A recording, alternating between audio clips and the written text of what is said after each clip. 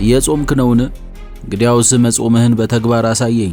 እንዴት አድርጌ ላሳይህ ነው ያልከኝ? ድሃው እርዳታህን ፈልጎ እንደሆነ ቸርነትህን አድርግለት። ባልንጀራውን ለማማት ብሎ ወደ አንተ የመጣውን ሰው እንዲህ በለው፣ ስለ እርሱ መልካም ነገር የምትናገርለት አልያም ደግሞ የምታመሰግነው ሰው አለህን? ይህን በጎ መዓዛ ያለውን ዘይት ለመቀበል ጆሮዬን እከፍታለሁ። ክፉ ንግግርን የምታወራ ከሆነ ግን ቃሎችህ ወደ ጆሮዬ እንዳይገቡ ከለክላቸዋለሁ። በዚህ የጾም ወራት የምትፈጽሟቸው 3 መመሪያዎችንም በሕሊናችሁ ጓዳ በልቦናችሁ ሰሌዳ ትይዙ ዘንድ እወዳለሁ። እነርሱም ክፉ ከመናገር መከልከልን፣ ማንንም ሰው እንደ ጠላት ከማየት መቆጠብንና እንደ ልምድ አድርጋችሁ ከያዛችሁት መሐላ ትርቁ ዘንድ ናቸው። ኃጢአት ሰርተህ ሳለ አሁን ካልተቀጣህ ደፋር አትሁን። አንተን አሁን ያልቀጣበት ዋናው ምክንያቱ የንስሐ ጊዜ ሊሰጥህ ነውና። ክርስቲያን በአንድ ጊዜ ገበሬም፣ ነጋዴም፣ ወታደርም፣ አርበኛም ተጓዥም ነውና። ሐሜት ግን እኮ ይጣፍጣል። በፍጹም ጣፋጭስ አለማማት ነው። ምክንያቱም ሐሜተኛ ሰው ካማበት ጊዜ አንስቶ ጠበኛ ነው። ማርያም ሆይ የጾም ወቅት ለኛ ለክርስቲያኖች ራሳችንን ገዝተን ከፈጣሪ ምሕረት እየለመንን ወደ እምነቱ ይበልጥ ጠንክረን የምንቀርብበት ወቅት ነው። እቴ ሆይ ድንግል በመጸለይ በመማር በመለመን በመናሳልፈው በዚህ የአብይ ጾም ወቅት ደግሞ ልናነባቸው የሚገቡ ሃይማኖታዊ መጻሕፍት አሉ። ቅዱስ ወንጌልን ጨምሮ የተለያዩ መንፈሳዊ መጻሕፍትን በግዕዝና በአማርኛ እንዲሁም በሌሎች ቋንቋዎች መጽሐፍ ቅዱስ፣ የአንድምታ፣ የጸሎት፣ የተለያዩ ጸሐፊያን ማብራሪያ መጻሕፍትና ሌሎች መጻሕፍትን በታላቅ ቅናሽ ከ20 ብር ጀምሮ የምታገኙበት ቦታ ደግሞ ልጠቁማችሁ። ሰላም ለኪ ባኮስ መጽሐፍት መደብር ይባላል። የሚገኘው 5 ኪሎ ቅድስተ ማርያም መንበረ ፓትርያርክ ሕንፃ ሱቅ ቁጥር 10 ላይ ነው። በእንተ ሐውልታት በአብይ ጾሙ ውስጥ ማግስት የተሰጡ ምዕዳናት በቅዱስ ዮሐንስ አፈወርቅ። ትርጉም ገብረ እግዚአብሔር ኪደ በአትሮኖስ ተዘጋጅቶ የቀረበ ክፍለ ትምህርት 3 የአንጾኪያው ሊቀ ጳጳስ ፍላቪያኖስ በከተማይቱ ሕዝብ ፈንታ ንጉሥ ቴዎዶሲዮስን ለመማፀን ወደ ቁስጥንጥንያ እንደሄደ። ይህ ክፍለ ትምህርት ሁለተኛው ክፍለ ትምህርት ከተሰጠ በበነገታው መጋቢት 7 ቀን እሁድ ላይ የተሰጠ ነው። በተነሳው ሁከት ምክንያት ሊቀ ጳጳስ ፍላቪያኖስ ቴዎዶሲዮስ ዘአብይን ለመማለድ ወደ ቁስጥንጥንያ እንደሄደና ምዕመናኑም ሊቀ ጳጳሱ ተልእኮውን በድል እንደሚያጠናቅቅ ተስፋ እንዲያደርጉ ያጽናናቸዋል። በተጨማሪም ስለ ክብረ ክህነት፣ ስለ እውነተኛ ጾም፣ የሰውን ሥጋ ከመብላት በላይ ክፉ ስለ ሆነው ሐሜት፣ በመጨረሻም ሕዝብን ለአመፅ በመቀስቀሳቸው ምክንያት ስለ ሞቱ ሰዎችና ብዙ ንጹሐን ተወንጅለው ነበር ስለሚሉ ሰዎች ያስተምራቸዋል።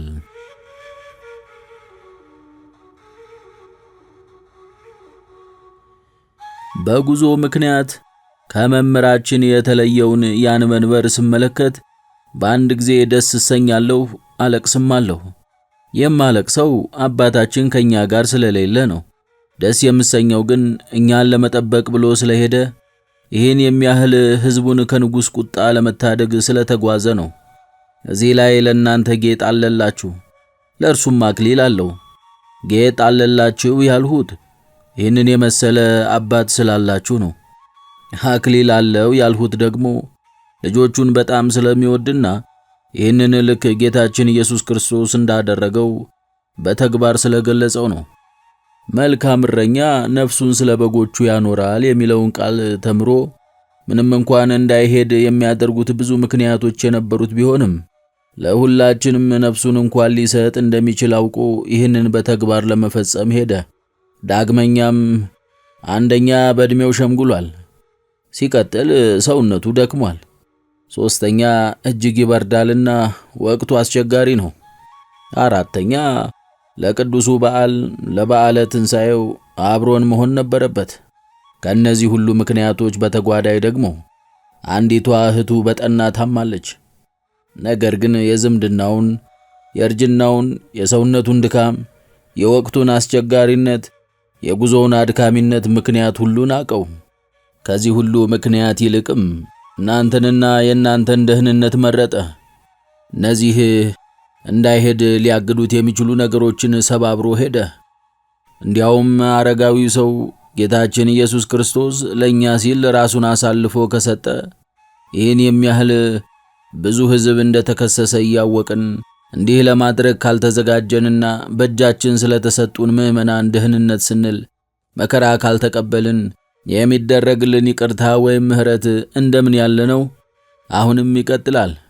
ከአበው አንዱ የሆነው ያዕቆብ ከሰው ዘንድ ከላባ ደሞዝ ለመቀበል ሲል መንጎችን በመጠበቅና ግዛን የሌላቸውን በጎች በማብላት ብዙ ሌሊቶችን ያለ እንቅልፍ ካሳለፈ ሐሩሩንና ቁሩን እንደዚሁም ከነዚህ በጎች አንዷ እንዳጠፋ ብሎ ብዙ አስቸጋሪ ሁኔታዎችን ከታገሰ ለቦት ባላቸው በመንፈሳውያን በጎች ደሞዛቸውን ከሰው ሳይሆን ከእግዚአብሔር በሚቀበሉበት ላይ እረኞች ሆነን የተሾምን እኛማ በማንኛውም መንገድ ልል ዘሊል ወይም መንጋውን ሊጠቅም የሚችል ነገርን ከማድረግ ወደ ኋላ ማፈግፈግ አይገባንም። ከዚህም በተጨማሪ የኋለኞቹ መንጎች ከፊተኞቹ መንጎች ይልቅ ልዑላን ናቸው። ሰዎች ከእንስሳት ይልቅ ክቡራን ናቸው። እንደዚሁም እግዚአብሔር ከሰው ይልቅ ልዑል ክቡር ነው። ስለዚህ ታላቅና ብዙ እንደዚሁም ጥብቅ የሆነ ጭንቀትና ትጋት ልናሳይ ይገባናል እያለ የትጋት ክንፎቹን አድርጎ እንደ ወጣት እየተፋጠነ ነው። ሐሳቡ ለከተማይቱ ብቻ ሳይሆን በአጠቃላይ ለመላው ምስራቅ እንደሆነ በደንብ ያውቃል። ከተማችን በምስራቁ ላሉት ሁሉ ዋናና እናት ከተማቸው ናት። ስለዚሁ ምክንያትም ሊገጥመው የሚችለውን ማንኛውንም አይነት መከራ ይቋቋማል። እዚህ እኛ ጋር የሚያዘገየውና ወደዚያ እንዳይሄድ የሚያደርገው ምንም ምክንያት የለም።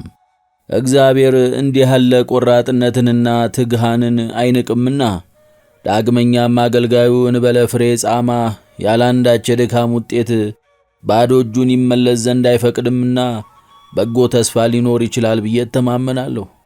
የደጉ ንጉሣችንን ፊት ሲያይ ንጉሡም እንደዚህ ያለውን ሊቀ ጳጳሳችንን ሲመለከት በቅጽበት ቁጣውን እንደሚያበርድ አውቃለሁ። ቅዱሳን ንግግሮቻቸው ብቻ ሳይሆኑ ፊቶቻቸውም ሞገስን የተሞሉ ናቸውና ዳግመኛም ሊቀ ጳጳሳችን እጅግ ጥበበኛ ስለሆነና ሕግጋተ እግዚአብሔርን ጠንቅቆ ስለሚያውቅ ልክ ሊቀ ነቢያት ሙሴ እግዚአብሔርን አሁንም ይህንን ኃጢአታቸውን ይቅር በላቸው ያለበለዚያ ግን እኔን ከእነርሱ ጋር ግደለኝ ብሎ እንደማለደው እርሱም እንዲህ እንደሚል እተማመናለሁ። የቅዱሳን ሆዳቸው እንደዚህ ሩህሩህ ነውና ያለ ልጆቻቸው በሕይወት ከሚኖሩ ይልቅ ከእነርሱ ጋር መሞት እጅግ ጣፋጭ እንደሆነ ይቆጥሩታልና። ዳግመኛም ይህንን ልዩ ወቅት አብይ ጾም እንዲረዳው ያደርጋል። በዚህ ታላቅ በዓል በበዓለ ትንሣኤ ጥላም መጠጊያውን ያደርጋል። ጌታችን ኢየሱስ ክርስቶስ በዚህ ወቅት ላይ የዓለምን ሁሉ ኃጢአት ይቅር እንዳለ ለንጉሡ ያስታውሰዋል። ጌታችን ኢየሱስ ክርስቶስን እንዲመስል ይመክራል።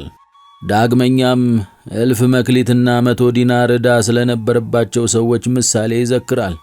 የአባታችን ድፍረት እስከምን ድረስ እንደሆነ ስለማውቅ ምንም እንደማያወላውልና ከዚያ ምሳሌ ተነስቶ ንጉሥ ሆይ በዚያን ጊዜ ይህንን ቃል እንዳትሰማ አስተውል። እንዲህ የተባለውን አንተ ክፉ ባሪያ ስለለመንኸኝ ያን ሁሉ ዕዳ ተውሁልህ፣ እኔ እንደማርሁህ ባልንጀራህ የሆነውን ያንን ባሪያ ልትምረው ላንተስ አይገባህምን? አንተም ይቅር ብትል ከዚህ ባለ ዕዳ በላይ ተጠቃሚ ትሆናለህ። የሕዝብህን ጥቂት በደል ይቅር በማለትህ ከእግዚአብሔር ዘንድ ታላቅ የሆነ ይቅርታን ታገኛለህና እንደሚለው አልጠራጠርም። በዚህም ላይ እነዚያ ያጠመቁት ሰዎች ስለዚያ ታላቅ ጸሎት ምስጢር ሲያስተምሩት እኛ የበደሉንን ይቅር እንደምንል በደላችንን ይቅር በለን ብለውት እንደነበር ይጨምርበታል። ከዚህም በላይ የተነሳው አመጽ ከተማይቱን ሁሉ እንደማይወክል ይልቁንም አንዳንድ ከሌላ አገር የመጡ መጻተኞችና ተጓዞች እንደዚሁም ሆነ ብለው አንድን ነገር በሚፈጽሙ ሳይሆን ሁሉንም ነገር በድፍረትና ሥርዓት በሌለው መንገድ የሚሰሩ ሰዎች ግብር እንደሆነ በእነዚያ ጥቂት ሰዎች ጥፋትም ይህንን የምታህል ታላቅ ከተማና ምንም ያልበደሉትን ሰዎች አብሮ ሊያጠፋቸው እንደማይገባ ሁሉም ቢበድሉ እንኳን ለብዙ ቀናት በመፍራትና እንሞታለን ብለው በመጠበቅ እንዲሁም በመሰደድና ከተማይቱን ጥለው በመሸሽ ከዚህ የተነሳም የፍርድ ፍጻሜ እንደሚጠባበቁ ወንጀለኞች ሆነው በመኖርና ሕይወታቸውን በእጃቸው ጨብጠው በሽሽታቸው ራሱ ምንም ባለመተማመን የሚበቃቸውን ያህል ቅጣታቸውን እንደከፈሉ ይነገራል። ቀጥሎም ስለዚህ ይህ ቅጣት ይበቃቸዋል፣ ቁጣህን ከዚህ በላይ አታድርገው። አንተን ለሚመስሉ ሰዎች ርኅራኄን በማድረግም ሰማያዊውን ዳኛ በአንተ ላይ ምሕረቱን እንዲያደርግ አድርገው። የከተማይቱን ታላቅነት አስብ። አሁን የምማልድህ ስለ አንዲት ወይም ስለ 2 ወይም ስለ 3 ወይም ስለ 10 ሰዎች ሳይሆን ለመቁጠር እንኳን ስለሚበዛው ስለ ከተማይቱ ሕዝብ በጠቅላላ ነው። ጥያቄው የዓለሙ ሁሉ ዋና ስለምትሆን ከተማ ነው። ይህች ከተማ ደቀ መዛሙርቱ ለመጀመሪያ ጊዜ ክርስቲያኖች ተብለው የተጠሩባት ናት።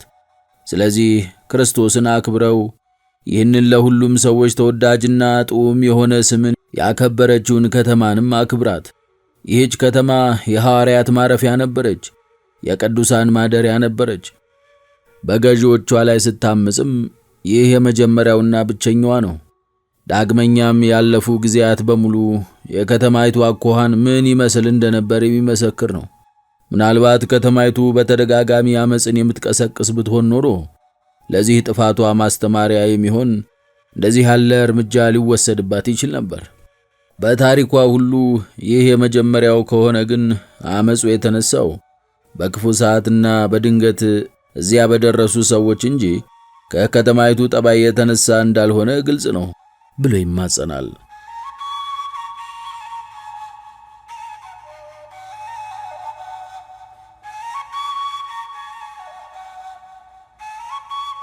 እነዚህ ነገሮችና ከነዚህም በላይ ሌሎች ነገሮችን ካህኑ ትልቅ በሆነ ድፍረት ይነግራል። ንጉሡም ያዳምጣል። ንጉሡ ሩሩህ ነውና ሊቀ ጳጳሱም እንደዚሁ ታማኝ ነውና፣ ስለዚህም በሁሉም ረገድ ታላላቅ ሰዎች አሉን። ከመምህራችን እምነትና ከንጉሡ ሩሩህነት በላይ ግን በእግዚአብሔር ቸርነት ላይ ልንተማመን ያስፈልገናል።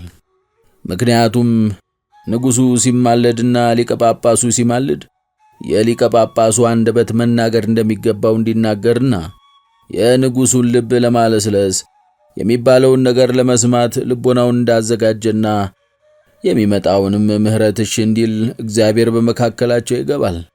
ከአባቶቻችንና ከእናንተ መልካምነት የተነሳ ከሌሎች ይልቅ ጌታችን ክርስቶስ እጅግ የሚወዳት ከተማ ናት። ዳግመኛም አስቀድሜ እንደተናገርሁት ከሐዋርያት መካከል ቅዱስ ጴጥሮስ ስለ ጌታችን ኢየሱስ ክርስቶስ በዚያች ከተማ ለመስበክ የመጀመሪያው ስለነበር ከሌሎች ከተሞች ይልቅ ቀድሞ ክርስቲያን የሚለውን ማዕረግ እንደ ግሩም ዘውድ የተቀዳጀችው ይህች ከተማ ናት። ስለ 10 አላጠፋትም አለ እንዲል 10 ጻድቃን ሰዎች ቢገኙ እግዚአብሔር በዚያች ከተማ የሚኖሩትን ሁሉ እንደሚመራቸው ቃል ገብቷል። 20 ወይም ከዚያ እጥፍ በላይ ብቻ ሳይሆኑ በጣም ብዙ እግዚአብሔርን በሁለንተናቸው የሚያገለግሉ ባለበት ከተማ እየኖርን ታዲያ የምህረት አዋጅን የማንጠብቀውና ሁላችንም ስለ ድህነታችን እርግጠኞች የማንሆነው ስለምንድን ነው? ብዙ ሰዎች ተስፋ ቆርጠው እያለቀሱ የንጉሥ ቁጣ እንደ አንበሳ ግሳት ነው ሲሉ ሰማለሁ። እንደዚህ የሚሉ ሰዎች የምንነግራቸውስ ምንድን ነው? ተኩላ ከበግ ጠቦት ጋር ይሰማራል፣ ነብርም ከፍየል ጠቦት ጋር ይተኛል። ጥጃና በሬ የአንበሳ ደቦልም በአንድነት ይሰማራሉ። ያለ እርሱ እግዚአብሔር አንበሳውን ወደ ትሑት በግ ሊለውጠው ይችላል ነዋ። ስለዚህ እግዚአብሔርን እንለምነው፣ መልእክተኛም እንላክለት። ያለ አንዳች ጥርጥርም የንጉሡን ቁጣ ያበርዳል፣ ከተቃጣው መከራም ያድነናል። ስለዚህ ከዚህ ወደ ሰማይ ጌታ መልእክተኛችንን እንላክ፣ በጸሎታችን እንርዳው።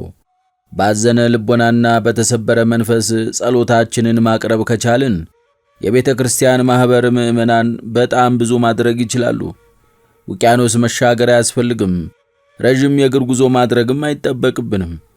በእኛ መካከል ያሉት ሁሉም ወንዶችም ሴቶችም በቤተ ክርስቲያን የተሰበሰቡም በቤታቸው የቀሩትም በትጋት ሆነው እግዚአብሔርን ይጥሩት። እግዚአብሔርም ያለ ጥርጥር ለእነዚህ ምዕመናኖች መልስ ይሰጣል። ይህስ እንዴት ይታወቃል? ምክንያቱም እግዚአብሔር ሁል ጊዜ ወደ እርሱ እንድንጠጋ በሁሉም ነገር እንድንለምነው ከእርሱ ውጪ ምንም ይሁን ምን እንዳንተገብርም ሆነ እንዳንናገር አብዝቶ ይፈልጋል። ስለ ራሳችን ጉዳይ ሰዎችን ደጋግመን ብንጠይቃቸው ይሰለቻሉ፣ ይለግማሉ፣ ፊታቸውንም ያዞሩብናል። በእግዚአብሔር ዘንድ ግን የዚህ ግልባጭ ነው። እግዚአብሔር በእኛ ደስ የማይሰኘው ስለ ጉዳዮቻችን ደጋግመን ስንጠይቀው ሳይሆን ይህንን ሳናደርግ ስንቀር ነው። ይህ መረዳት ትችሉ ዘንድም እስራኤላውያንን ምን ብሎ እንደወቀሳቸው አድምጡ። እንዲህ አለውን፣ ምክርን መክራችኋል፣ ከእኔ ዘንድ ግን አይደለም፣ ቃል ኪዳንም አድርጋችኋል፣ ከመንፈሴ ግን አይደለም። ይህ የአፍቃሪዎቹ ልማድ ነው። የሚወዷቸው ሰዎች ጉዳይ በሙሉ በእነርሱ በኩል እንዲፈጸም ከእነርሱ ውጪ ምንም እንዳያደርጉም ሆነ እንዳይናገሩ ይፈልጋሉ። ይህንን በማስመልከት እግዚአብሔር በዚህ ቦታ ብቻ የተናገረ አይደለም፣ በሌላ ስፍራም ተመሳሳይ በሆነ አነጋገር ገስጿቸዋል። እንዲህ ሲል፣ ራሳቸውን አነገሱ፣ ከእኔ ዘንድ ግን አይደለም፣ አለቆችንም አደረጉ፣ እኔ ግን አላውቅም። ስለዚህ ዘወትር እርሱን ከመጠጋት አንዘግይ። መከራው ምንም ይሁን ምን በምን አይነት መንገድ እንደሆነ እኛ ማወቅ ባንችልም መፍትሄ ግን ያገኛል። ወዳጄ ሆይ ሰው አስፈራርቶሃልን? በሰማያት ወዳለው ጌታ ተፋጠን፣ ምንም ክፉ ነገርም አይደርስብህም። እንዲህ በማድረጋቸው የቀደሙ ሰዎች ከመከራቸው ሊድኑ ችለዋል። ወንዶች ብቻ አይደሉም፣ ሴቶችም ጭምር እንጂ። አስቴር የምትባል አንዲት ዕብራዊት ሴት ነበረች። ይህች አስቴር ሊጠፉ ሲሉ በዚሁ ዘዴ መላው እስራኤላውያንን ታድጋቸዋለች። የፋርስ ንጉሥ ሁሉም እስራኤላውያን በአስቸኳይ እንዲገደሉ ትእዛዝ ባስተላለፈና በቁጣው ፊት ሊቆም የሚችል ማንም ባልነበረበት ጊዜ ይህች ሴት የደስታ ልብሷን አውልቃ የሐዘን ልብሷን ስትለብስ በራሷ ላይ አመድና ትቢያ ስትነሰንስ ወደ ንጉሡ ስትሄድ ጊዜ ቸሩ እግዚአብሔር ከእርሷ ጋር እንዲሆን ስትማጸን ጸሎቷንም ስታቀርብ የተናገረቻቸው ቃላት እነዚህ ነበሩ። ጌታ ሆይ ቃሎቼ በአንተ ዘንድ የተወደዱ ይሁኑ፣ በአንደበቴም በጎ ነገርን አድርግ። ስለ መምህራችን ወደ እግዚአብሔር የምናቀርበው የእኛ ጸሎትም ይህ ሊሆን ይገባል። አንዲት ሴት ስለ እስራኤላውያን ስለ ጸለየች የአረማውያንን ንጉሥ ቁጣ ካበረደችው ከዚህ ታላቅ ቤተ ክርስቲያን ጋር ሆኖ ስለ ታላቂቱ ከተማ የሚለውንም መምህራችንንም ከዚህ በበለጠ መልኩ ትሑትና ሩህሩህን ንጉሥ ማሳመን ይችላል። እግዚአብሔርን በመበደል የተሰሩትን ኃጢአቶች የመፍታት ሥልጣን ካለው ሰውን ንጉሡን የበደሉትን ደግሞ ይበልጥ ሊፈታተናቸው ከቁጣው ሊሰውራቸው ይችላል። እርሱ ራሱም ገዢ ነው። ገዥነቱም ከሌላው ከሁሉ የከበረ ነው። ምክንያቱም በንጉሡ ላይ ተፈጻሚ የሚሆኑ ቅዱሳት ሕጎችም ቢሆኑ ተፈጻሚ የሚሆኑት በእርሱ ነውና። ከላይ ከአርያም በጎ ነገርን ሲፈልግ ንጉሡ ወደ ካህኑ ይሄድ ዘንድ አለው። ካህኑ ግን ይህንን ፈልጎ ወደ ንጉሡ አይሄድም። እንዴት ያልከኝ እንደሆነም እንዲህ ብዬ መልስልሃለሁ። እርሱም ጥሩር አለውና ይሄውም የጽድቅ ጥሩር ነው። መታጠቂያ ቀበቶ አለው፣ እርሱም የእውነት መታጠቂያ ነው። እጅግ የተከበረ ጫማ አለው፣ እርሱም የሰላም ወንጌል ነው። ሰይፍ አለው፣ ከብረት የተሠራ ግን አይደለም፣ ከመንፈስ እንጂ። ዳግመኛም በራሱ ላይ ቁር አለው። ይህ የትጥቅ ልብስ እጅግ ግርማ ሞገስ ያለው ነው። የጦር ዕቃዎቹ እጅግ ውብ ናቸው። የንግግር ችሎታው ታላቅ፣ እንደዚሁም ኃይልን የተሞላ ነው። ስለዚህ ከሥልጣኑ ከፍተኝነት፣ ከሰውነቱ ታላቅነት፣ ከሁሉም በላይ ደግሞ በእግዚአብሔር ባለው ተስፋ ንጉሡን በነጻነትና በማስመሰል ያናግሯል። ስለዚህ እንጸልይ፣ ልመናችንን እናቅርብ፣ እንማጸን። ወደ ሰማያዊው ንጉሥም ብዙ እንባን የተሞላ መልእክተኞቻችንን እንላክ እንጂ ስለ ደህንነታችን አንስጋ። ይህን በጎ ምልጃ በምናደርግበት ጊዜ እንደ ወዳጅና ረዳት ሆኖ የሚደግፈንም ይህ ጾም አለልን። ክረምት አልፎ በጋ ሲመጣ ነጋዴው መርከቡን ወደ ባህሩ ያስገባል። ወታደር የጦር መሳሪያውን ይሰነግላል፣ የውጊያ ፈረሱንም ለጦርነቱ ያዘጋጃል። ገበሬው ማጭዱን ይስላል፣ መንገደኛው በድፍረት ረዥም መንገድን ይጓዛል። አርበኛው ልብሱን አውላልቆ ለትግሉ ይዘጋጃል። እኛም ልክ እንደዚሁ ጾም ሲመጣ መንፈሳዊው በጋ እንደገባ በማሰብ እንደ ወታደሩ የጦር ዕቃ መሳሪያዎቻችንን እንሰንግላቸው፣ እንደ ገበሬው ማጭዳችንን እንሳል፣ እንደ ነጋዴዎቹ ሐሳቦቻችንን ከልክ በላይ በሆኑ የፍላጎቶቻችን ሞገዶች ላይ እንዘዛቸው፣ እንደ መንገድ ተጓዦቹ ወደ መንግሥተ ሰማያት የምትወስደውን መንገድ እንጀምር፣ እንደ አርበኛውም ለተጋድሎ እንዘጋጅ። ክርስቲያን በአንድ ጊዜ ገበሬም፣ ነጋዴም፣ ወታደርም፣ አርበኛም ተጓዥም ነውና። እንዲሁም ስለሆነ ቅዱስ ጳውሎስ እንዲህ አለ፣ መጋደላችን ከሥጋና ከደም ጋር አይደለምና ከአለቆችና ከሥልጣናት ጋር ነው እንጂ። ስለዚህ የእግዚአብሔር ዕቃ ጦሩን ሁሉ ልበሱ። አርበኛ ሰው አይተሃልን? ወታደርስ ተመልክተሃል? እንኪያስ አንተም አርበኛ ከሆንክ ለትግሉ ተዘጋጅተህ ራቁትህን ልትሆን ያስፈልግሃል። ወታደር ከሆንክም ሁለንተናህን ታጥቀህ በውጊያው መስመር ላይ ልትሰለፍ ይገባሃል። እነዚህ ሁለቱ ነገሮችስ ማለትም ራቁት መሆንም ትጥቅ መልበስም በአንድ ጊዜ እንዴት ሊሆኑ ይችላሉ የሚል ጥያቄ በአእምሮህ ይመላለስ ይሆናል። ግድ የለም እኔ እነግርሃለሁ። ከዚህም ዓለም ሐሳብ ራስህን አውጣ። ያን ጊዜ አርበኛ ትሆናለህ። መንፈሳዊውን የጦር ዕቃ ልበስ። ያን ጊዜም ወታደር ትሆናለህ። ወቅቱ አርበኛ ሆነህ የምትታገልበት ወቅት ነውና የዚህ ዓለም ፍላጎቶችህን አውልቀህ ጣል። ከአጋንንት ጋር የምናደርገው ጽኑ ፍልሚያም አለንና መንፈሳዊ ትጥቅህን ልበስ። ስለዚህ ዲያብሎስ ከእኛ ጋር ትግል በሚገጥምበት ጊዜ የሚይዘውን እንዲያጣ ራቁት መሆን አስፈላጊ ነው። ድል የሚያደርግበትን ምት እንዳይመታንም በሁሉም አቅጣጫ በደንብ መታጠቅ ይኖርብናል። ሰውነትህን ኮትኩተው፣ እሾሆችህን መንጥራቸው፣ የመልካምነት ዘር ቃልም ዝራበት። እውነተኞቹን መንፈሳውያን ጥበባትን በታላቅ ጥንቃቄ ሆነህ አፍላቸው፣ ተንከባከባቸውም። ይህን ያደረክ እንደሆነም እውነተኛ ገበሬ ትሆናለህ።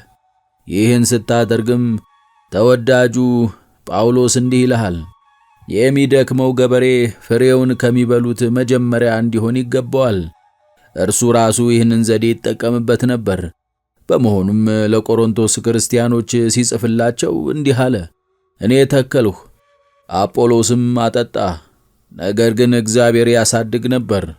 በሆዳምነትህ የደነዘዘው ማጭድህን በጾም ሳለው።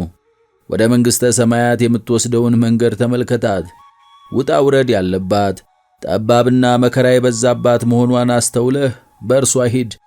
እነዚህን ነገሮችስ እንዴት አድርገህ ልታደርጋቸው ትችላለህ? ሰውነትህን በመግዛትና በጾም በመቆንጠጥ መንገዱ ጠባብ ስለሆነ ከሆዳምነቱ የተነሳ የወፈረ ሊያልፍባት አይቻለውምና ገደብ የለሽ የፍላጎቶችህ ሞገዶችን ቀንሳቸው። የክፉ ሐሳቦች ፈተናን ካንተ አርቅ። የንግድ መርከብህን ጠብቃት። ጥንቃቄ የተሞላበት ክህሎትህን ተጠቀም። ያን ጊዜም የመርከብ አለቃ ትባላለህ። በእነዚህም ሁሉ ነገሮች ላይ ግን እንደ መሠረትና እንደ መሪ ጾምን ልንይዝ ግድ ይላል። እየተናገርሁ ያለሁትም ስለ እውነተኛው ጾም ነው እንጂ ብዙዎቹ እንደሚጾሙት ያለውን ጾም አይደለም። እየተናገርሁ ያለሁት ከኃጣውም ጭምር ስለ መከልከል ነው እንጂ ከጥላሉቱ ብቻ ስለ መከልከል አይደለም።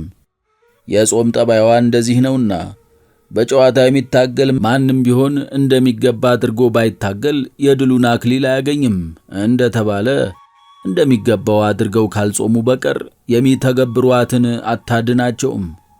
በመጾም እየደከምን ሳለ የጾም አክሊልን ካላገኘን እንዴትና በምን አይነት አኳኋን ይህንን ልንፈጽመው እንደሚገባው ልንረዳ ያስፈልገናል። ፈሪሳዊውም ጾሞ ነበርና ከዚያ በኋላ ግን ወደ ቤቱ የሄደው ባዶ እጁንና የጾሙን ፍሬ ሳያገኝ ነውና፣ ቀራጩ ደግሞ በአንጻሩ አልጾመም ነበር። ነገር ግን ከጾመው ፈሪሳዊ ይልቅ በእግዚአብሔር ዘንድ ተቀባይነትን ያገኘው እርሱ ነው። ይህም የሆነበት ምክንያት ቀራጩ ባይጾምም ተጠቀመ፣ በመጻኢ ሕይወቱም ጾም አላሻውም ለማለት ሳይሆን ከታምኑ ኃጣው ጋር ሌሎች ግብራት ካልተከተሏት በቀር ጾም ርብ ጥቅም እንደሌላት እና ትሕትና የጾም አጣማጅ መሆኑን የምትሰምረውም ከትሕትና ጋር መሆኑን እንድታውቅ ነው። የነነዌ ሰዎች ጾመዋል፣ የእግዚአብሔር ምሕረትንም አግኝተዋል። እስራኤላውያንም ጾመው ነበር። ነገር ግን እያጉረመረሙ ተመለሱ እንጂ በመጾማቸው አንዳች ጠቀሜታን አላገኙም። ስለዚህ እንዴት መጾም እንዳለባቸው ለማያውቁ ሰዎች የጾም ጉዳቱ ትልቅ ነውና በጥርጣሬ እንዳንሄድ፣ እንዲሁ አየርን እንዳንደልቅ፣ እንዲሁ ከጨለማ ጋር እንዳንጋደል ይህን የምናከናውንባቸውን ሕጎች ልንማር ያስፈልገናል። ጾም መድኃኒት ናት። አወሳሰዷን በትክክል ካላወቅን ግን ጥቅም የላትም። ይህችን መድኃኒት የሚወስድ ሰው በየስንት ሰዓቱና በምን ያህል መጠን እንደምትወሰድ፣ ለምን አይነት በሽታ እንደምትጠቅም፣ በየትኛውም አካባቢና የአየር ሁናቴ እንደምትወሰድ፣ ከእርሷ ጋር የሚሄዱና የማይሄዱ ምግቦችን እንዲሁም ከእርሷ ጋር የማይስማሙ ሌሎች ነገሮችን ለይቶ ማወቅ አለበት። እነዚህን ግምት ውስጥ አስገብቶ የማይወስዳት ሰው ግን ከጥቅሟ ይልቅ ጉዳቷ ታመዝንበታለች። አንድ በሐኪም የታዘዘልንን የደዌ ዘሥጋ መድኃኒት እንዲያሽለን ስንፈልግ በጥንቃቄ ልንወስደው ያስፈልጋል። የነፍሳችንን ደዌና በአእምሮአችን ውስጥ ያሉ ቁስሎቹን ለመፈወስ ብለን በምንወስደው መድኃኒት ደግሞ ከዚህ የበለጠ መጠንቀቅ ይገባናል። እንኪያስ የነነዌ ሰዎች እንዴት አድርገው እንደጾሙና እንዴት ከዚያ የእግዚአብሔር ቁጣ ሊድኑ እንደቻሉ እንመልከት።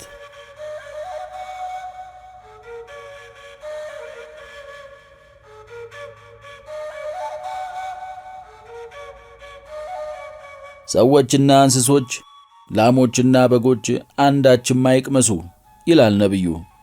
አንተ ነቢይ ምን እያልክ ነው? እስኪ ንገረኝ። ግዕዛን የሌላቸው እንስሳት እንኳን ሳይቀሩ ሊጾሙ፣ ፈረሶችና በቅሎዎችም ማቅ ሊለብሱ ግድ ነውን? አዎ እነርሱም ቢሆኑ ሊጾሙ ደግሞም ማቅ ሊለብሱ ግድ ነው ብሎ ይመልሳል። ምክንያቱም አንዳንድ ባለጸጎች በሞቱ ጊዜ ዘመድ አዝማዱ የወንድም የሴትም አገልጋዮች ብቻ ሳይሆኑ ፈረሶቹም ቢሆኑ የሐዘናቸውን ታላቅነት ለማሳየት ሰው ሁሉ እንዲያለቅስ ለማድረግ ማቅ እንዲለብሱ በጋላቢዎቻቸው አማካኝነት የመቃብሩን ስፍራ እንዲዞሩ ይደረጋሉና። በመሆኑም የነነዌ ከተማ ልትጠፋ በተቃረበች ጊዜ ግዕዛን የሌላቸው እንስሳትም ቢሆኑ ማቅ ለብሰዋል። አርዑተ ጾምንም የጾምን ቀንበር ተሸክመዋል። እንዲህ ለማለት እነዚህ እንስሳት የእግዚአብሔርን ቁጣ በአመክንዮ ሊረዱት አይችሉም። ስለዚህ ይህ ቁጣ ከእግዚአብሔር ዘንድ የታዘዘ እንደሆነ በጾም እንዲገባቸው አድርጉ። ከተማይቱ ከተገለበጠች መቃብራችን የምትሆነው ለእኛ ለነዋሪዎቿ ብቻ ሳይሆን ለእንስሳትም ጭምር ነውና፣ ስለዚህ የቅጣቱ ገፈት ተካፋዮች የሚሆኑ ከሆነ ከጾሙም ተካፋዮች ይሁኑ። ነቢያቱ ሁልጊዜ ሲፈጽሙት የኖሩና የነነዌ ሰዎች ይህንን ሲያደርጉ ዓላማ ያደረጉት ሌላም ነገር ነበር። ሰብአ ነነዌ ከሰማያት እጅግ አስፈሪ የሆነ ቁጣ እየመጣ እንደሆነ ሲመለከቱ ለራሳቸው ምንም ሳይሉ ሊቀጡ ያሉት እንስሳቱም ማቅ ለብሰው ጥቂት ምሕረት ወይንም ይቅርታ እንኳን የማይገባቸው ሆነው ምን እንደሚያደርጉ ወይንም ለተግሣጻቸው ረዳትን ከየት ማግኘት እንዳለባቸው ሳያውቁ ግዕዛን የሌላቸው ፍጥረታትን መሸሸጊያ አደረጉ። አሟሟታቸው እጅግ አሳዛኝ እንደሆነ በመግለጽ በእነርሱ አማካኝነት ምልጃን አቀረቡ። ሐዘናቸውንና ጥፋታቸውን እንደ ልመና አቀረቡ። ስለሆነም በቀደመው ጊዜ እስራኤላውያን ረሃብ በገጠማቸውና አገራቸውንም ትልቅ ድርቅ በመታው ጊዜ እንደዚሁም ሁሉም ነገሮች በወደሙ ሰዓት ከነቢያቶቹ አንዱ እንዲህ አለ።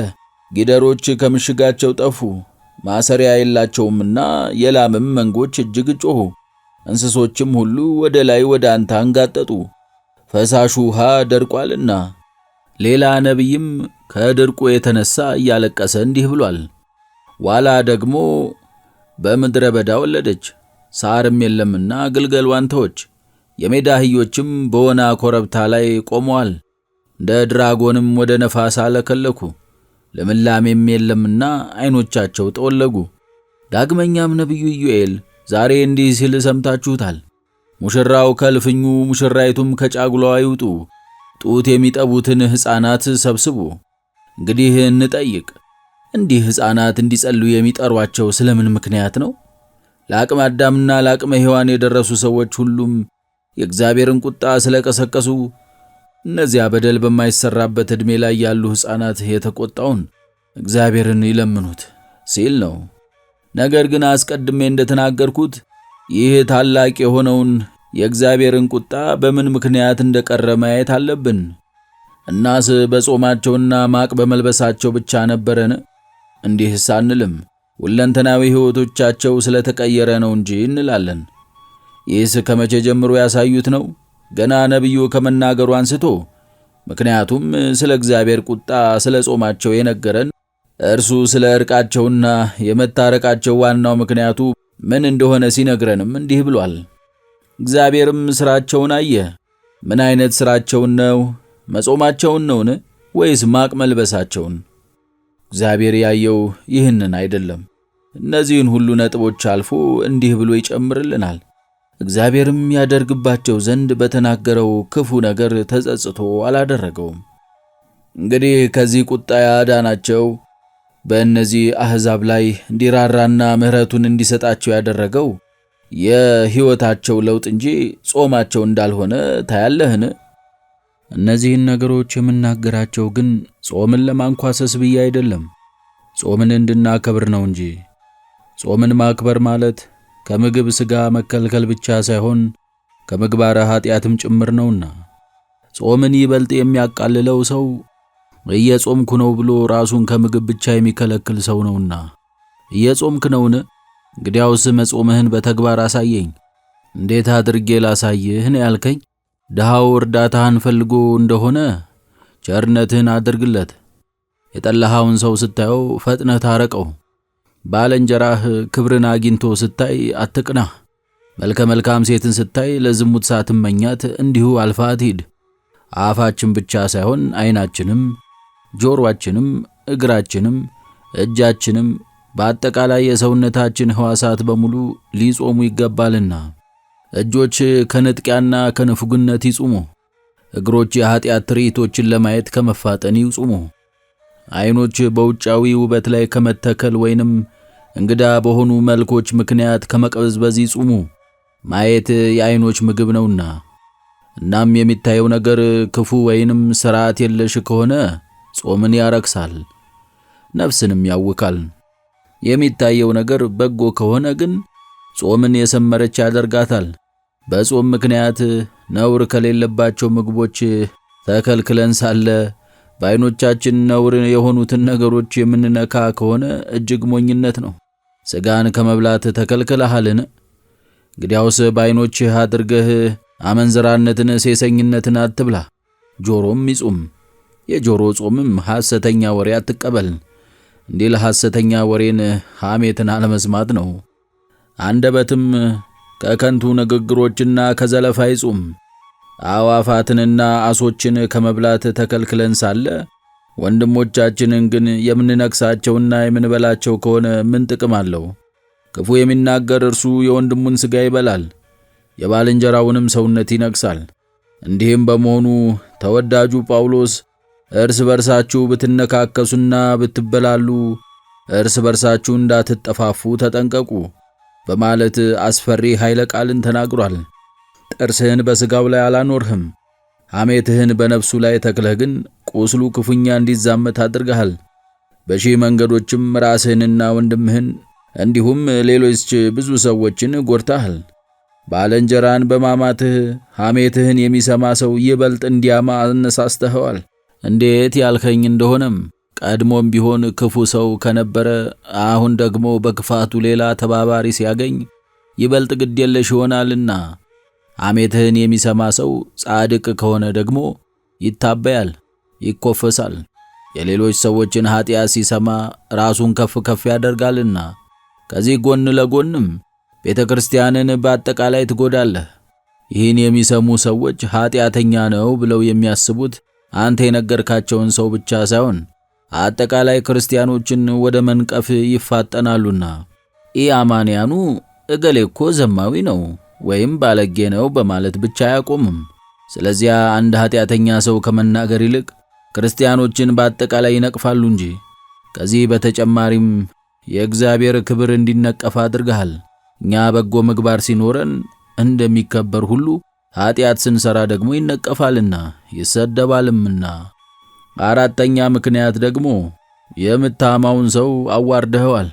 አንተን እንዲጠላ ስላደረከውም ከቀድሞ ይልቅ ይበልጥ ኀፍረት የለሽ እንዲሆን አድርገዋል። አምስተኛ በማይመለከትህ ነገር ራስህን በመክተትህ በራስህ ላይ ፍርድን አከማችተሃል። ስለዚህ አንድ ሰውስ እንኳን የምናገረው ነገር ሐሰት ከሆነ ሐሜተኛ ነኝ፣ እውነት ከተናገርኩ ግን ሐሜተኛ አይደለሁም ብሎ አይንገረኝ።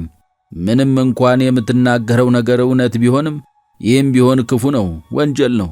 ያ ፈሪሳዊ ሰው ስለ ቀራጩ እውነት የሆነውን ነገር ተናገረ። ነገር ግን እንዲህ ስለተናገረ ምንም ጥቅም አላስገኘለትም። እስኪ ንገረኝ፣ የኋለኛው ሰውዬ ቀራጭና ኃጢአተኛ አልነበረምን? ቀራጭ እንደነበር ለማንም ሰው ግልጽ ነው።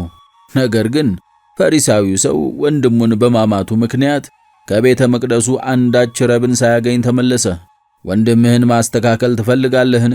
አልቅስለት፣ ወደ እግዚአብሔር ጸልይለት፣ ብቻውን ወስደህ ገሥጸው፣ ምከረው፣ ለምነው። ቅዱስ ጳውሎስም እንዲህ አድርጓል። እንደገና ስመጣ በእናንተ ዘንድ አምላኬ እንዲያዋርደኝ አስቀድመውም ኃጢአት ከሠሩትና ስላደረጉት ርኩሰትና ዝሙት መዳራትም ንስሐ ካልገቡት ወገን ስለ ብዙዎቹ ምናልባት አዝናለሁ ብዬ እፈራለሁ። ለኃጢአተኛው ፍቅርህን አሳየው። ለብቻው አድርገህ ስትገሥጸው፣ ስትመክረውና ስትለምነው ከኃጢአቱ እንዲመለስ ካለህ እንክብካቤና ጉጉት እንጂ እርሱን ከማጋለጥ አንጻር እንዳልሆነ አሳምነው። ስለዚህ በትክክል ከያዘው ደዌ እርሱን መፈወስ ፈልገህ ከሆነ እግሩን ያዘው፣ እቀፈው። ይህን ስታደርግም ምንም አትፈር። ሐኪሞችም ብዙውን ጊዜ እንደዚህ ያሉ ነገሮችን ያደርጋሉ። ታካሚዎቻቸው መድኃኒትን መውሰድ የማይፈልጉ ከሆነ እያቀፏቸውና እየለመኗቸው ቆይተው በሂደት ጠቃሚውን መድኃኒት ይሰጧቸዋል። አንተም እንደዚሁ አድርግ። ቁስሉን ለካህን እንዲያሳይ አበረታታው። ልክ እንደ ሐኪሙ ኃጢአተኛውን የሚንከባከበው መድኃኒቱን የሚሰጠው ስለ መዳኑም እጅግ የሚጓጓው እርሱ ነውና።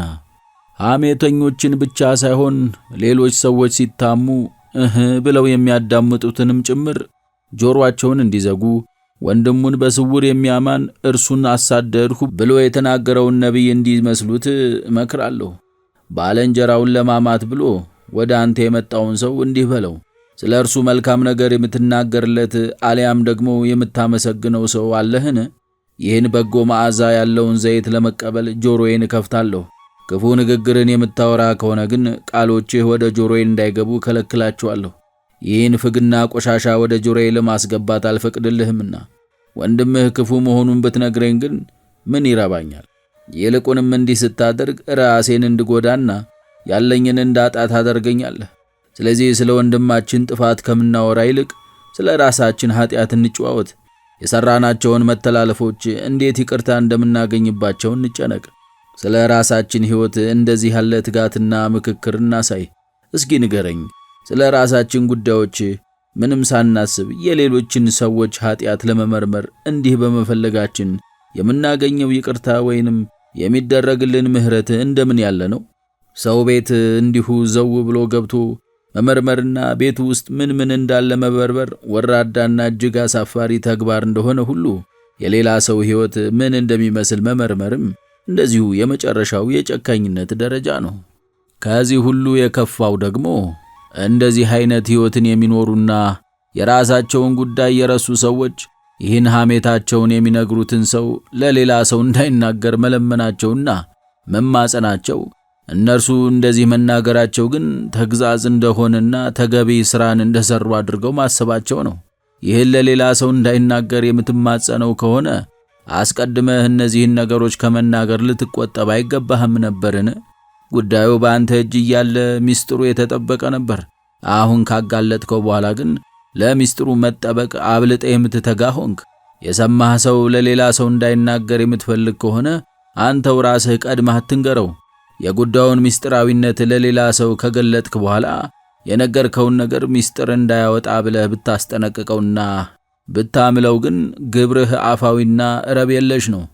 ሐሜት ግን እኮ ይጣፍጣል። በፍጹም ጣፋጭስ አለማማት ነው።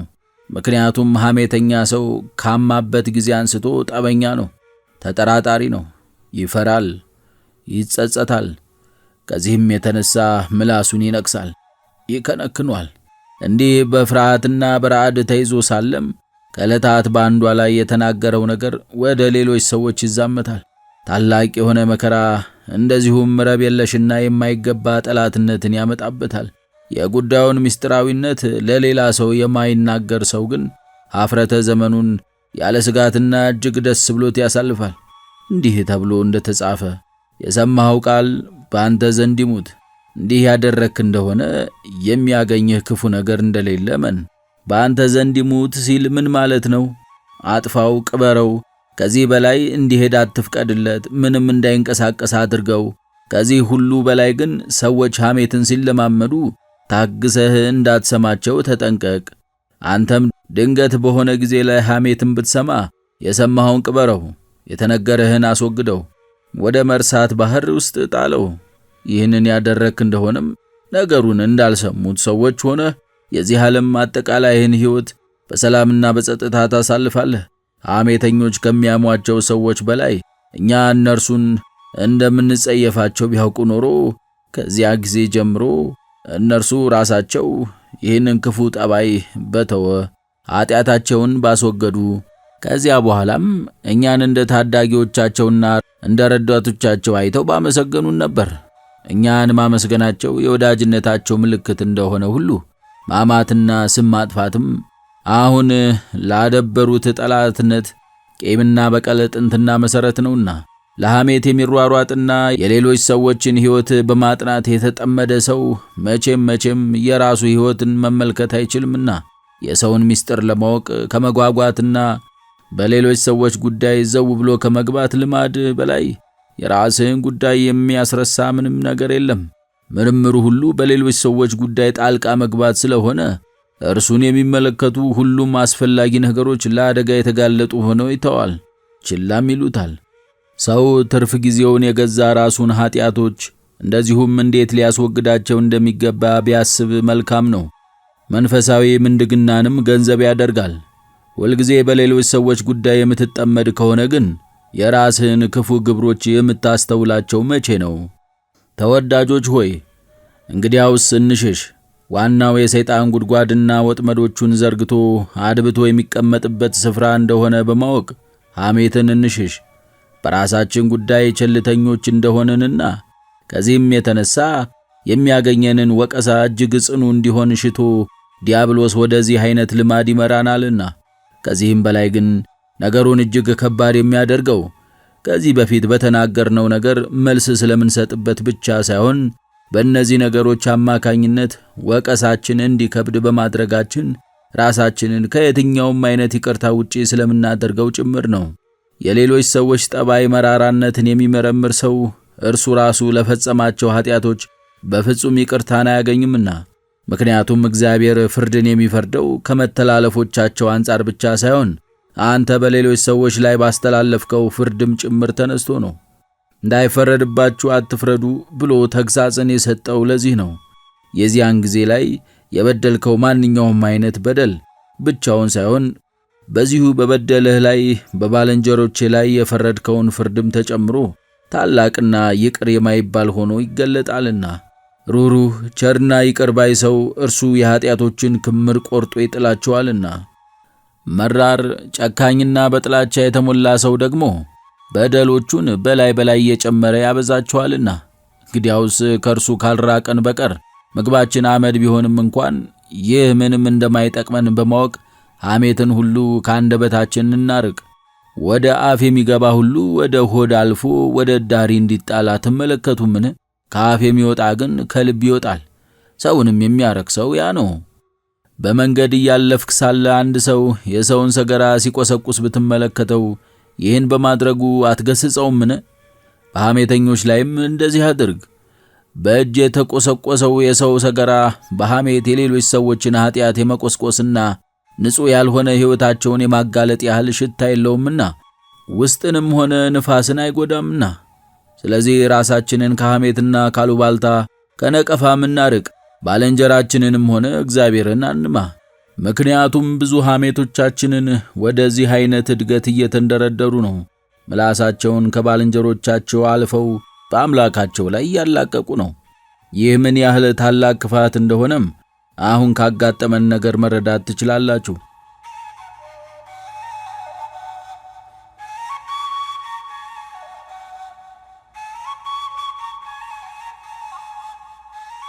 ሰው ንጉሡ ተሰድቧል።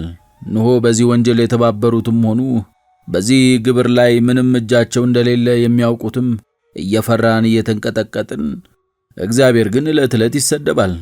ምን ዕለት ዕለት ብቻ፣ በየሰዓቱ በባለጸጋውም በድሃውም መከራ ባልደረሰባቸውም በደረሰባቸውም በሐሜተኞችም ሐሜተኛ ባልሆኑ ሰዎችም ይሰደባል። ነገር ግን አሁን እንደዚህ ያለ የሚያስፈራና የሚያርድ የሚያንቀጠቅጥ ቃልን የሚሰማ ማንም የለም። በመሆኑም እንደኛ አገልጋይ የሆነ ሰው ንጉሡ ይሰደብ ዘንድ ፈቃዱ ሆነ። ይኸውም ይህ ስድብ በመድረሱ ምክንያት እንደምን ያለ መከራ እንደመጣና በአንጻሩም የእግዚአብሔር ርኅራኄ እንደምን የበዛ እንደሆነ እንድናውቅ ነው። ምንም እንኳን ይህ የመጀመሪያችንና ብቸኛው ዓመፃችን ቢሆንም ይህ ስለሆነ ተብሎ የሚደረግልን ይቅርታም ሆነ ምሕረት ግን የለም። እግዚአብሔር ግን በየቀኑ እናስቆጣዋለን። ይህንን አድርገን ስናበቃ እንኳን ወደ እርሱ የመመለስ አዝማሚያ እናሳይም። ነገር ግን እርሱ ከታላቅ ትዕግሥቱ የተነሣ አሁንም ዝም ብሎናል። እንግዲህ የእግዚአብሔር ቸርነት እንደምን ታላቅ እንደሆነ ታያለህን? በአሁኑ ዓመፅ ላይ ተሳታፊ የነበሩ ሰዎች ተወስደዋል፣ ወደ ወህኒ ተጨምረዋል፣ ቅጣትም ተላልፎባቸዋል። እኛ ግን አሁንም ፍርሃት ላይ አለን። የተሰደበው ሰው እስካሁን ድረስ ምን እንደተደረገ ገና አልሰማንምና ውሳኔም አላስተላለፈምና እስካሁን ድረስ በረዓድ ተይዘናል። እግዚአብሔር ግን ይህንን ስድብ በየቀኑ ይሰማል። ይህንን ግን ማንም ልብ አይለውም። እግዚአብሔር ቸርና ሰውን ወዳጅ ነውና በእርሱ ዘንድ ኀጢአትን መናዘዝ ብቻ በቂ ነው። ይህን ካደረጉም ያደረጉት ኀጢአት ሁሉ ይሰረዛልና። በሰው ዘንድ ግን ሙሉ ለሙሉ የዚህ ግልባጭ ነው። እነዚያ የበደሉ ሰዎች በደላቸውን ሲናዘዙ ቅጣታቸው ይበልጥ ይበረታል። ይኸውም ልክ አሁን እንደሆነው ማለት ነው። ዳግመኛም አንዳንዶቹ በሰይፍ ጠፍተዋል፣ አንዳንዶቹ በእሳት ተቃጥለዋል፣ ለበረሃ አውሬዎች የተሰጡም አሉ። አዋቂ ሰዎች ብቻ አይደሉም፣ ሕፃናትም ጭምር እንጂ። ይህ የዕድሜያቸው ጨቅላነት፣ የሕዝብ ጩኸት፣ እነዚህን ግብራት ሲፈጽሙ አጋንንት ያደሩባቸው መሆናቸው፣ ሊከፈል ያለው ግብር እንደማይቻል አድርገው ማሰባቸው፣ ድህነታቸው ወይም ሁሉም ሰው ስለመጻ እነርሱም አብረው ማመጻቸው፣ ከእንግዲህ ወዲህ እንደዚህ ያለ ተግባርን ደግሞ እንደማይፈጽሙ ቃል መግባታቸው ወይም ሌላ ይህን የመሰለ ምክንያት በፍጹም ሊያድናቸው አይችልም። ከዚህ ይልቅ ያለምንም ጊዜያዊ እፎይታ ማንም እንዳያመልጥ ሆነው በታጠቁ ኃይሎች ተከበው እየተመሩና እየተጠበቁ ተወስደው ፍርሃት ሐዘናቸውን አስረስቷቸዋልና ራድም ወሯቸዋልና እናቶቻቸው ከኋላ ሆነው ቢከተሏቸውም ዳግመኛም ልጆቻቸው አንገታቸው እየተቆረጠ ሳለ እያዩ ሐዘናቸውን ለመግለጽ ሳያለቅሱ ወደ ጉድጓድ ተጣሉ እንጂ። እነዚህ ወንጀለኞች በሚቀብጡበት ስፍራ የነበሩ ሰዎችም በጥልቅ ሐዘን ተይዘው ነበር። ነገር ግን መቅረብና ከሰጠሙት ሊያድኗቸው አልተቻላቸውም። ሌሎች ሰዎች ብቻ ሳይሆኑ የገዛ እናቶቻቸው እንኳን ወታደሮቹን ከመፍራታቸው የተነሳ መቅረብ አልተቻላቸውም። መቅረብና ልጆቻቸውን ማዳንስ ይቅርና እንባቸውን እንኳን ማፍሰስ አልቻሉም ነበር። የእግዚአብሔር ቸርነት እንደምን ከመነገር ያለፈ እንደሆነ፣ እንደምን ወሰን እንደሌለው፣ እንደምንም ከምንም አይነት አገላለጽ የራቀ እንደሆነ እርግጥ ነው። እዚህ ላይ የተሰደበው ሰውም ከእኛ ጋር ተመሳሳይ ባህሪ ሰውነት እንዳለውም እውነት ነው። የተሰደበውም በንግሥናው ዘመን አንድ ጊዜ ብቻ ነው። ይህም ቢሆን እርሱ ፊት ለፊት ቆሞ ወይንም እያየ ወይንም እየሰማ አይደለም። ምንም እንዲህ ቢሆንም ግን እነዚህን ግብራት የፈጸሙ ሰዎች በፍጹም ምሕረትን አላገኙም። በእግዚአብሔር ዘንድ ግን እንደዚህ ያለ ነገር በፍጹም አይነገርም። በሰውና በእግዚአብሔር መካከል እንዲህ ነው ተብሎ ሊገለጽ የማይቻልና የሰው ቋንቋ መናገር የማይችለው ልዩነት አለና እግዚአብሔር ዕለት ዕለት ያውም ቀኑን ሙሉ ከፊት ለፊት እያለ እያየና እየሰማ ይሰደባል። እንዲህ ፊት ለፊት እኔው ራሴ በዓይኔ እያየሁና በጆሮዬ እየሰማሁ ተሰደብሁ ብሎ ግን መብረቅ አይልክም። ባህር ተነዋውጻ ምድርን እስክትገድናት ሰዎችን ሁሉ እንድታሰጥማቸው አያያይዝም። ምድር ተከፍታ የሚሳደቡትን ሁሉ እንድትውጣቸው አይደረግም። ከዚህ ይልቅ ዝም ይላል፣ ይታገሳል። አልፎ ተርፎም የሰደቡት ሰዎች ንስሐ ከገቡና ከእንግዲህ ወዲህ እርሱን ላለመስደብ ቃል ከገቡ እንዲሁ ምሕረቱን ይለግሳቸዋል። በእውነት ያለ ሐሰት የእግዚአብሔርን ኃይል ማን ይናገራል? ምስጋናውንስ ሁሉ ይሰማ ዘንድ ማን ያደርጋል? ብሎ አሰምቶ የመናገር ጊዜው አሁን ነው። አርአያ እግዚአብሔርን የጣሉ ብቻ ሳይሆኑ በእግራቸው የረገጡ ሰዎች ብዛታቸው ምን ያህል ነው? ባለዕዳን ስትንቅ፣ ያለውን ሁሉ ገፈ ስትወስድ፣ እንደዚሁም በምድር ላይ ስትጎትተው አርአያ እግዚአብሔርን በእግርህ እየረገጥክ ነው። ይህንን ልታውቅ ከወደድህ ንዑድ ክቡር የሚሆን ጳውሎስ እንዲህ ያለውን አድምጥ። ወንድ በሚጸልይበት ጊዜ ሊከናነብ አይገባውም፣ የእግዚአብሔር አርአያውና ክብሩ ነውና። ዳግመኛም እግዚአብሔር ራሱ እንዲህ ያለውን ሰማ፣ ሰውን በአርአያችንና በአምሳላችን እንፍጠር፣ ሰውስ ከእግዚአብሔር ጋር አንድ አይደለም ብለህ ከተናገርህ እንዲህ መናገርህ ምን ትርጉም አለው? ምክንያቱም ከነሐስ የተሠራው ሐውልትም ከንጉሡ ጋር አንድ አይደለም። ነገር ግን እርሱም ሐውልቱን የናቁ ሰዎች ከቅጣት አላመለጡም። ስለዚህ በሰው ልጅ ዘንድም እንደዚሁ ነው። ሰዎች ከእግዚአብሔር ጋር አንድ ባይሆኑም በእርግጥም አይደሉምና አርአያ ተብለው ግን ተጠርተዋል። ስለዚህ ከእግዚአብሔር ስለተቀበሉት ክብር ረግጣቸዋል፣ ጉሮሯቸውን አንቃሃቸዋል፣ በምድር ላይ ጎትተሃቸዋል። ምንም ይሁን ሁሉን ብታደርግም ግን ከእግዚአብሔር ዘንድ ቅጣትህን እስከ ዛሬ ድረስ አልተቀበልክም። የዚያን ጊዜም ፈጥኖ ምሕረቱና ቸርነቱ ይደረግልን። ይህን አስቀድሜ የምናገረውና የምመሰክረው ይህ ደመና አልፎ ሳለ እኛ ግን አሁንም እንደዚህ ባለ ግዴለሽነት የምንቆይ ከሆነ አሁን ከምንፈራቸው በላይ እጅግ ጽኑዓን መከራዎችን እንደምንቀበል እርግጥ ስለሆነ ነው። የንጉሡ ቁጣ የእናንተን ግዴለሽነት ያህል አያስፈራኝም። በእውነት ያለ ሐሰት በሕይወታችን ሁሉ ልንለወጥ ያስፈልገናል እንጂ ከክፋት መራቅ ብቻ ሳይሆን መልካም ምግባርንም ዘወትር ልንሰራ ይገባናል እንጂ ምሕረትን ለማግኘት ብለን ለ2 ወይም ለ3 ቀናት የምናደርገው ምህላ በቂ አይደለም።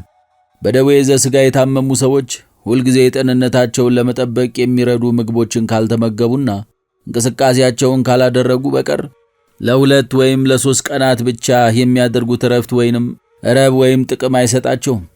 በኃጢአት ያሉ ሰዎችም ሁልጊዜ ራሳቸውን ካልገዙ በቀር ለ2 ወይም ለ3 ቀናት ብቻ መሻሻላቸው ምንም አይጠቅማቸውም። እንደተባለው ገላውን የታጠበ ሰው መልሶ በጭቃ ቢንከባለል ምንም ጥቅም እንደማያገኝ ሁሉ ለ3 ቀናት ንስሐ የገባ ሰውም ከዚያ በኋላ ወደ ቀድሞ ሁኔታው ከተመለሰ፣ ስለዚህ ከእንግዲህ ወዲህ እንዲህ አናድርግ። ለብዙ ጊዜያት የመሬት መንቀጥቀጦች፣ ረሃብና ድርቅ ሲመጣ ደንግጠን ለ3 ወይም ለ4 ቀን ራሳችንን የምንገዛና ትሑታን ከሆንም በኋላ መልሰን ወደ ቀድሞ አኳኋናችን እንመለሳለን። ስለዚህ ምክንያቱም የአሁኑ መከራ ሊደርስብን ችሏል። ከዚህ በፊት እንደዚህ ያለ ምግባርን ካልሰራን እንኳን ከእንግዲህ ወዲህ እንደዚህ ያለ መከራ እንዳያገኘን ቢያንስ አሁን ይህንን ጽድቅ እንያዝ፣ ይህንን ትሕትና ገንዘብ እናድርግ። ይህ የሆነው ነገር እንዳይከናወን እግዚአብሔር ሊከለክለው አይችልም ነበርን? ይችል ነበር። ነገር ግን እርሱን እግዚአብሔርን የናቁ ሰዎች እነርሱን በሚመስል ሰው በንጉሡ እንዲፈሩ በማድረግ ራሳቸውን መግዛት እንዲችሉ ወዶ ይህንን እንዲከናወን ፈቃዱ ሆነ። ግን እኮ ከወንጀለኞቹ ብዙዎች አምልጠዋል፣ ብዙ ንጹሐን ሰዎችም የቅጣቱ ገፈት ቀማሾች ሆነዋል ብሎ የሚናገር አንድስ እንኳን አይገኝ። በአሁኑ መከራ ብቻ ሳይሆን እንደዚህ ተመሳሳይ የሆነ መከራዎች በሚያጋጥሙበት ጊዜም ደጋግመው እንዲህ ብለው የሚናገሩ ብዙ ሰዎችን እሰማለሁና እንደዚህ ባለው ለሚናገሩ ሰዎች የምሰጠው ምላሽስ ምንድን ነው? ይህ አሁን መከራ የሚቀበለው ሰው ምንም እንኳን በአሁኑ ዓመፅ ወንጀለኛ ባይሆንም ከዚህ በፊት ከዚህ የባሱ አንዳንድ በደሎችን ፈጽሞ ሳለ ስለ በደሉ ንስሐ ስላልገባ ቅጣቱን አሁን ባገኘው መከራ መክፈል ስላለበት ነው። እግዚአብሔር እኛን የሚያድንበት መንገዱ እንደዚህ ነውና ኃጢአት ስንሰራ እንድንሻሻልና እንድንለወጥ የንስሐ ጊዜ ይሰጠናል እንጂ ስለ በደላችን ወዲያው አይቀጣንም። ዕዳችንን ሳንከፍል ስርየተ ኃጢአትን ያገኘን ሲመስለን ግን ከዚያ በኋላ እኛ በማንጠብቀው መንገድ ቅጣታችንን እንደምንቀበል እውነት ነው። እንዲህ ኃጢአት ሰርተን ሳለ ወዲያው የማንቀጣበት ምክንያትም ካልተለወጥን በቀር ምንም በማንጠብቀው መንገድ ቅጣት እንደሚያገኘን በማወቅ ከፍርሃት ነፃ እንዳንሆን ነው።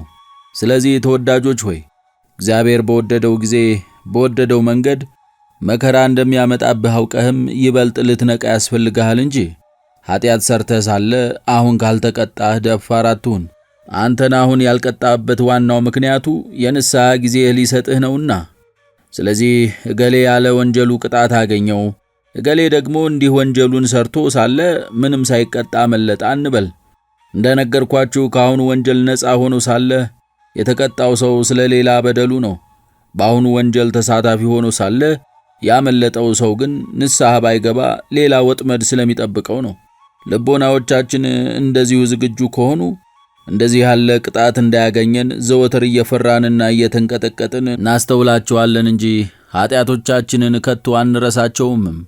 ቅጣትንና ተግሣጽን የሚያህል ኃጢአትን የሚያዘክር የለምና። ይህም በዮሴፍ ወንድሞች ግልጽ ሆኖ ታይቷል።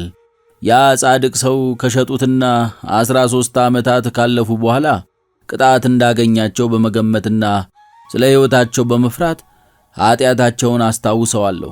እርስ በርሳቸውም በእውነት ወንድማችንን ዮሴፍን በድለናል ተባብለዋል። እንግዲህ ፍርሃት እንዴት ኃጢአታቸውን እንዲያስተውሉ እንዳደረጋቸው ትመለከታላችሁን? ይህን በደል ሲፈጽሙት ልብ ያላሉት አሁን ሊቀጡ ሲሉ ግን እንዴት እንዳስታወሱት ታያለህን? ስለዚህ እነዚህን ሁሉ ነገሮች በማወቅ በሕይወታችን እንለወጥ፣ እንሻሻልም። ከመከራ እንዴት መውጣት እንዳለብን ከማሰባችን በፊት ስለ ሃይማኖት፣ ስለ ምግባር እናስብ። በዚህ የጾም ወራት የምትፈጽሟቸው 3 መመሪያዎችንም በሕሊናችሁ ጓዳ በልቦናችሁ ሰሌዳ ትይዙ ዘንድ እወዳለሁ። እነርሱም ክፉ ከመናገር መከልከልን፣ ማንንም ሰው እንደ ጠላት ከማየት መቆጠብንና እንደ ልምድ አድርጋችሁ ከያዛችሁት መሐላ ትርቁ ዘንድ ናቸው። የተወሰነ መጠን ያለው የገንዘብ ግብር እንድንከፍል የሚያስገድድ አዋጅ በሰማን ጊዜ ሁሉም ሰው ወደ ቤቱ ገብቶ ሚስቱን፣ ልጆቹንና ሰራተኞቹን ጠርቶ ይህንን ግብር እንዴት መክፈል እንዳለበት ያስባል፣ አስቧል፣ ይመካከራል፣ ተመካክሯል። እኛም እነዚህን መንፈሳዊ ሐሳቦችን በማስመልከት ልናስብበትና ልንመካከርበት ይገባናል። እያንዳንዱ ሰው ከዚህ ጉባኤ ወደ ቤቱ በተመለሰ ጊዜ ሚስቱንና ልጆቹን ጠርቶ ዛሬ መንፈሳዊ ግብር፣ ከእነዚህ መከራዎች የምንድንበት የምናመልጥበት ግብር፣ የሚከፍሉትን ድሆች ሳይሆኑ ባለጸጎች የሚያደርጉት ግብር እንደታወጀ ይንገራቸው። እነርሱም ማንንም ሰው እንደ ጠላት ከማየት መቆጠብ፣ ክፉ ከመናገር መከልከልና ከመሐላ መራቅ ናቸው።